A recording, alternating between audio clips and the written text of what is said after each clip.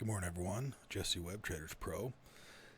Buy-sell ratio still looking good for today. Today's going to be a shortened trading day. I think we finish up at 1 o'clock Eastern, and so we probably won't see a lot of activity here today, but nonetheless, that overall trend direction is still working, still intact, and we're still moving a little bit to the upside, just slowly chugging along here. So conditions are still bullishly biased, although we are in a bear market.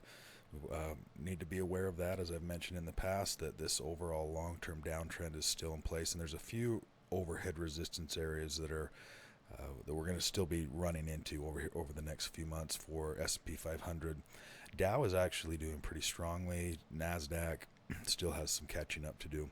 One of the things on TradersPro that you can do just for a quick click is on these indexes and sectors tabs, you can just simply open those up and click on any of these indices and be able to pull up the stocks and the signal inside of those. Currently, if you take a look at utilities of the Dow utilities particularly are doing quite well, and there's a good looking set of names in there, and they're almost all of them are working on this real nice uptrend. Some of them had moved up into this upper extreme range, but take a look at that list today.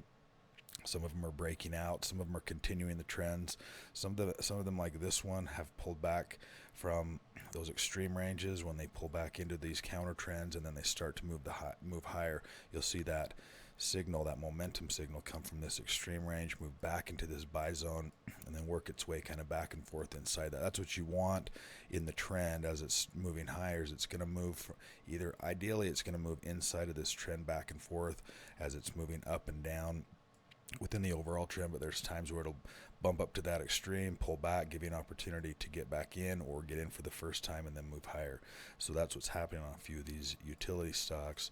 So as you're going through any of these stocks and you're looking to see for buying opportunities, the ideal spot obviously is going to be when a stock goes from hold to buy. It's shifted through all of this counter trend and then it's moved back into a positive bullish trend. But that doesn't mean you can't get into that trend at any point along the way. As long as it's pulled back out of that extreme range and not moved back into the hold range, you've got a high probability trade set up for any stock that you're looking at. If you don't have full access to the site, go ahead and sign up with us at the link below, and have a great day today. Thank you.